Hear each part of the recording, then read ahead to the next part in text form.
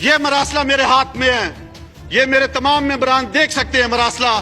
اس مراسلے میں برملا غرورانہ طور پر, تکبرانہ طور پر پاکستان کو دھمکی دی گئی ہے. جتنے بھی گیلریز میں بیٹھے ہیں ان کو نکال دیا جائے گا اگر کسی نے بھی نعرے بازی کی. یہاں پہ آپ پہ تمام پہ لازم ہے کہ آپ خاموشی سے قومی اسمبلی کی کارروائی سننے کے لیے آئے ہیں. ایک اہم بات کرنی ہے, خاموشی. جی,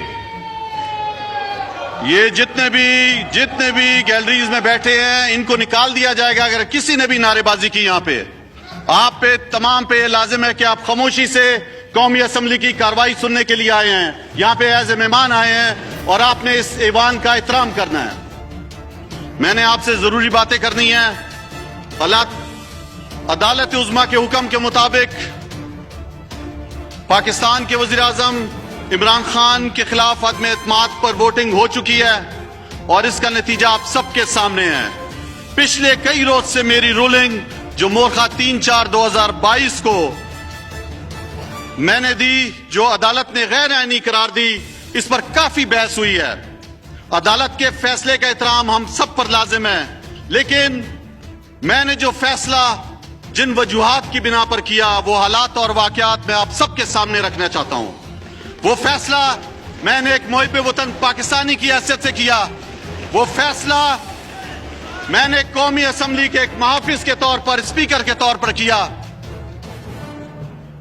میں آپ کو بتاتا چلوں کہ وفاقی کابینہ, قومی سلامتی کمیٹی اور پارلیمانی کمیٹی برائے قومی سلامتی کے اجلاس میں وہ غیر ملکی مراسلہ زیر بحث لایا گیا اور اس بات کی تائید کی گئی کہ پاکستان کے وزیر اعظم کے خلاف عدم اعتماد کی جو تحریک لائی جا رہی ہے وہ ایک غیر ملکی سازش ہے. اور اب وفاقی کابینہ نے, اور اب جب آخری وفاقی کابینہ کا اجلاس ہوا ہے مورخہ 9/4/2022 کو, اس میں فیصلہ کیا گیا کہ یہ مراسلہ ڈی کلاسیفائیڈ کیا جائے اور یہ مراسلہ مجھ سے پہلے قومی اسمبلی کے اسپیکر اسد کیسر کو حکومت کی طرف سے آیا اور اسد کیسر نے خود پڑھا اور خود بغور جائزہ اس کا لیا. اور جب میں یہاں پہ ایکٹنگ اسپیکر آ کے بیٹھا ہوں, یہ مراسلہ میرے ہاتھ میں ہے, یہ میرے تمام ممبران دیکھ سکتے ہیں مراسلہ. اس مراسلے میں برملا غرورانہ طور پر, تکبرانہ طور پر پاکستان کو دھمکی دی گئی ہے اور کہا گیا ہے کہ یہ آپ کو یہ بھی بتاتا چلوں یہ مراسلہ پاکستان میں عدم اعتماد کی تحریک آنے سے پہلے یہ مراسلہ دیا گیا, یہ آیا یہاں پہ, اور اس میں صاف لکھا گیا آقا کی طرف سے کہ اگر یہ عدم اعتماد کی تحریک کامیاب نہیں ہوتی تو پاکستان کو سنگین حالات سے گزرنا پڑے گا, اور اگر یہ تحریک کامیاب ہوتی ہے, یہ بات متعدد بار لکھی گئی ہے اس مراسلے کے اندر کہ آپ کو پھر معاف کر دیا جائے گا. کیا پاکستان کے وزیر اعظم عمران خان صاحب کا یہ قصور تھا کہ انہوں نے آزاد خارجہ پالیسی کی بات کی, آزاد معیشت کی بات کی؟ کیا انہوں نے ہمارے پیارے نبی صلی اللہ علیہ وسلم کی حرمت کی بات کی؟ انہوں نے اسلاموفوبیا کا مقدمہ لڑا؟ کیا پاکستان ایک آزاد ملک نہیں ہے؟ میں آپ سب سے پوچھتا ہوں آج, کیا علامہ اقبال نے جو خودی کا فلسفہ دیا جس میں قائد اعظم محمد علی جناح نے ملک بنایا, کیا یہ غلامی کرنے کے لیے ملک ہے؟ کیا آزاد شہری نہیں ہے ہم؟